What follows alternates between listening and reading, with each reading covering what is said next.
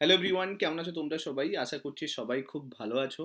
এটা একটা short video, কারণ তোমরা অনেকে আমাকে রিকোয়েস্ট করছো যে স্যার আইডিও এক্সামিনেশন যেটা নোটিফিকেশান রিলিজ হয়েছে তার ফাইনাল যে মেরিট লিস্ট তৈরি হয় এটা কিসের বেসিসে তৈরি হয়, কাট অফ কেমন যায়, আর তার সঙ্গে সঙ্গে এটাও ডিসকাস করব যে এক্সাম প্যাটার্নটা কেমন ছিল গতবারের এক্সামে। ডিটেলসে সব কিছু ভিডিওটার মধ্যে থাকবে। ভিডিওটা ভালো লাগলে লাইক করে দিও, চ্যানেলটাতে নতুন হয়ে থাকলে সাবস্ক্রাইব করে নিও, আর মাস্ট এই ধরনের ভিডিও পাওয়ার জন্য চ্যানেলটার সঙ্গে জুড়ে থাকতে ভুলো না। দেখো, বেসিক্যালি আইডিওর নোটিফিকেশন গত বছর কিন্তু বেরোয়নি, তার আগের বছর রিক্রুটমেন্ট এসেছিল।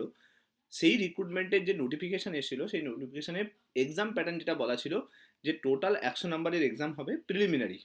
দুটো ধাপে এক্সামটা হবে, একটা প্রিলিমিনারি এক্সাম হবে আর একটা হচ্ছে ইন্টারভিউ হবে। প্রিলিমিনারি এক্সাম 100 নম্বরের হবে, যার মধ্যে 75 নম্বরের জিএস থাকবে, তার সঙ্গে সঙ্গে ইন্ডাস্ট্রি রিলেটেড সমস্ত কোয়েশ্চেন অ্যান্সার থাকবে। আর 25 নাম্বার যেটা থাকবে, সেই 25 নাম্বার কিন্তু মেন্টাল এবিলিটি এবং অ্যারিথমেটিকের উপরে থাকবে, তার মানে ম্যাথ আর রিজনিং থাকবে। এই যে 100 নম্বরের এক্সাম হবে, এই 100 নম্বরের এক্সামে যে কাট অফ থাকবে, সেই কাট অফ যারা ক্লিয়ার করবে তারা ইন্টারভিউর জন্য ডাক পাবে। গতবারের যখন এক্সাম হয়েছিল তখন কাট অফ গিয়েছিল 75 মতো। তো 75 কি 78 হবে মোস্ট প্রবলি। সেই কাট অফের উপর বেস করে টোটাল স্টুডেন্টদেরকে ডাকা হয়েছিল ইন্টারভিউর জন্য। এবার প্রশ্ন হলো যে ইন্টারভিউ কত মার্কসের হবে। ইন্টারভিউ কিন্তু 100 মার্কসের ইন্টারভিউ হবে। এবার আরেকটা প্রশ্ন যেটা দাঁড়ায় যে প্রিলিমিনারি এক্সাম এবং ইন্টারভিউ দুটো মিলে কি টোটাল স্কোর করা হয়, তা কিন্তু নয়। এখানে পুরো এক্সামের ফাইনাল মেরিট লিস্ট যেটা তৈরি হয় সেটা ইন্টারভিউর ওপর বেস করেই তৈরি হয়।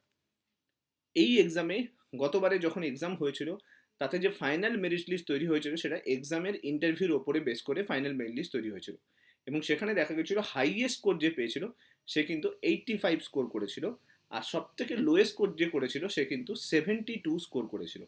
অর্থাৎ 100 মার্কসের মধ্যে 72 নাম্বার যার স্কোর ছিল সে কিন্তু চান্স পেয়েছিল।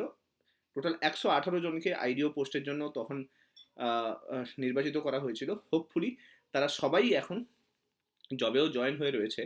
তো সেই আইডিওর নোটিফিকেশান কিন্তু নতুন করে রিলিজ হয়েছে। আরেকটা প্রশ্ন যেটা মনের মধ্যে কোয়েশ্চেন আসছে এবং অনেকে তোমরা কমেন্টে লিখছো যে স্যার এই এক্সামের ভ্যাকেন্সি কত যেতে পারে।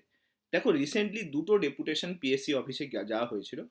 লাস্ট যে ডেপুটেশন পিএসসি অফিসে গিয়েছিল সেখানে যখন জিজ্ঞেস করা হয়েছিল যে আইডিওর লেটেস্ট যে নোটিফিকেশনটা এসছে তার মানে টোটাল ভ্যাকেন্সি কত হতে পারে, সেক্ষেত্রে পিএসসি চেয়ারম্যান যিনি ছিলেন তিনি স্যার যে তিনি তিনি বলেছিলেন যে টোটাল মোরলেস 100-এর কাছাকাছি কিন্তু ভ্যাকেন্সি যেতে পারে। এবং ইন্ডাস্ট্রিয়াল ডেভেলপমেন্ট অফিসার পদে খুব হাই এন্ড ভ্যাকেন্সি এক্সপেক্ট করাটা ঠিক হবে না। ম্যাক্সিমাম টু আমি যদি বলি 100 থেকে 120টার কাছাকাছি ভ্যাকেন্সি যেতে পারে। এই হচ্ছে টোটাল এক্সাম প্যাটার্ন বললাম, এক্সামের ভ্যাকেন্সিটা ক্লিয়ার করে দিলাম, এবং ফাইনাল মেরিট লিস্ট কীভাবে তৈরি হবে সেটাও তোমাদের সঙ্গে ডিসকাস করলাম। হোপফুলি অনেকগুলো কোয়ারি তোমাদের ক্লিয়ার করতে পারলাম। ভিডিওটা ভালো লাগলে লাইক করে দিও, চ্যানেলটাতে নতুন হয়ে থাকলে সাবস্ক্রাইব করে নিও, আর মাস্ট চ্যানেলটার সঙ্গে জুড়ে থাকতে ভুলো না। Thank you so much. Next video তোমার সঙ্গে আবার দেখা হচ্ছে। Till then, bye by.